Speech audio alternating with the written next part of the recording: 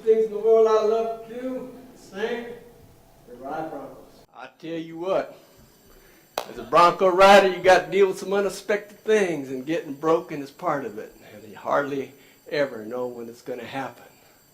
One thing I know, it's hard work keeping up a false accent and a face and a mask. And it's harder yet to live from the authentic self. Not that I know how to do it, but I keep trying. One thing I know from all the years of riding horses online,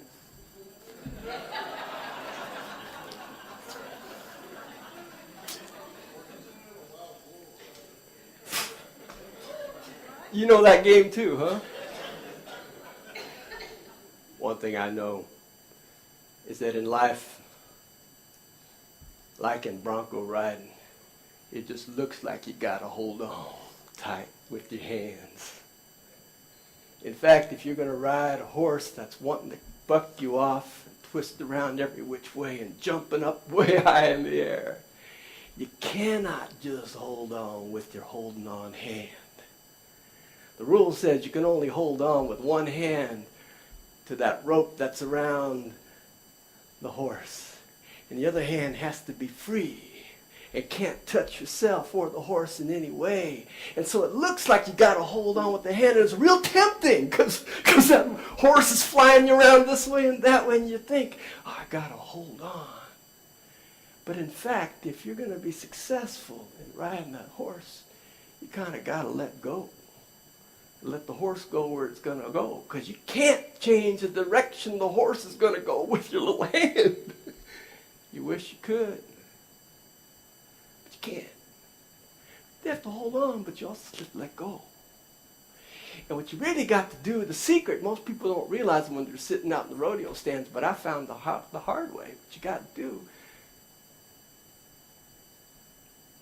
is you got to really sink into your legs. You wrap your legs around the horse and be with that horse. You don't try to change the horse's direction, but you wrap your legs tight. You got to be in your body. You can't be on your head thinking about, oh, the horse is going to go this way, the horse is going to go that. I got to outsmart the horse. No. You can't think faster than the horse, because the horse is only thinking one thing to get you off. Now, you're thinking about a bunch of other things. You're thinking about your girlfriend. You're thinking about how your hair looks to the sands. You're thinking about, am I going to survive this 8 seconds? You're thinking a lot of things. The horse is thinking one thing. Going to get you off its back. So, if you're going to be a successful rider, you got to stop thinking so darn much and just sink into your legs and go which way the horse is going. And then the real secret is this hand out here. It's the hand that keeps you on balance. This is the hand that goes opposite of which way the horse is going. The horse is going that way, you better put your hand out this way to hold you balanced. And a thing where the cowboys hold their hat out like that, that's not for show. It's not to show off the hat. It's to help the balance. It's a little extra ballast there to catch a little extra wind. A little extra ballast to keep your balance. And I found out that I'm dealing with a problem in my life outside the rodeo, like, say, with my girlfriend, or the other girlfriend, or the other girlfriend, or my bank account, or my back. Oh, my back hurts. Can't imagine how it hurts from having ridden those horses all these years, but my back hurts. If I'm dealing with a challenge in my life, it's a lot like riding that horse. I got to hold on some, but that holding on is mostly like a focal point. It's not really about holding on. It's not really about fixing the problem, making that girlfriend act the way I want, or making that money come into my bank account by some kind of magic, or making my backache go away. No, it's about staying focused and knowing which way the problem's going, knowing all the facts involved. But it's also about sinking down sinking down and just riding with it. Hanging on, but not too tight. Riding with it. And then opening up to God for balance. Because I can't do this by myself. I can't make that woman behave the way I want her to. I can't make the horse go the way I want it. I can't make money happen all by myself. I can't make my back feel better. I can't make anything in the world get fixed by sheer willpower.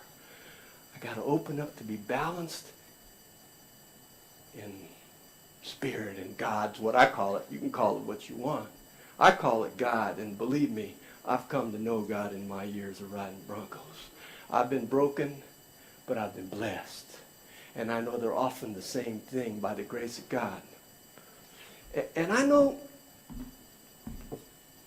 excuse me, getting all symbolic and everything, but this hat is sort of like prayer or meditation, or I don't know, them beads those hippies wear. You know, things to help you focus on God somehow. Maybe the Bible. But something out there in your God hand, in your open balance hand, something to help you just get your balance. Now for me, that's prayer and meditation. I don't know what you got. But when I'm fixing to ride on a Bronco, I know I got 8 seconds.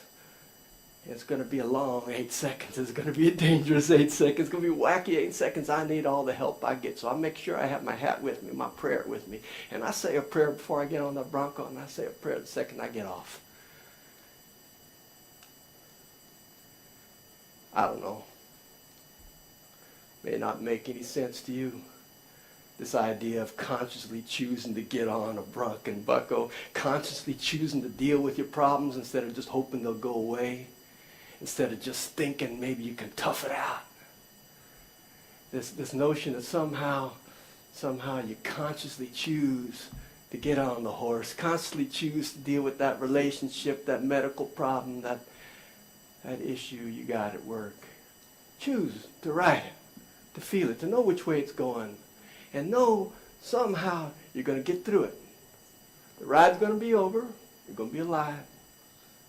Maybe a little sorer than you'd like, but it's going to be all right. As long as you stay balanced, stay open, use a little something to help you.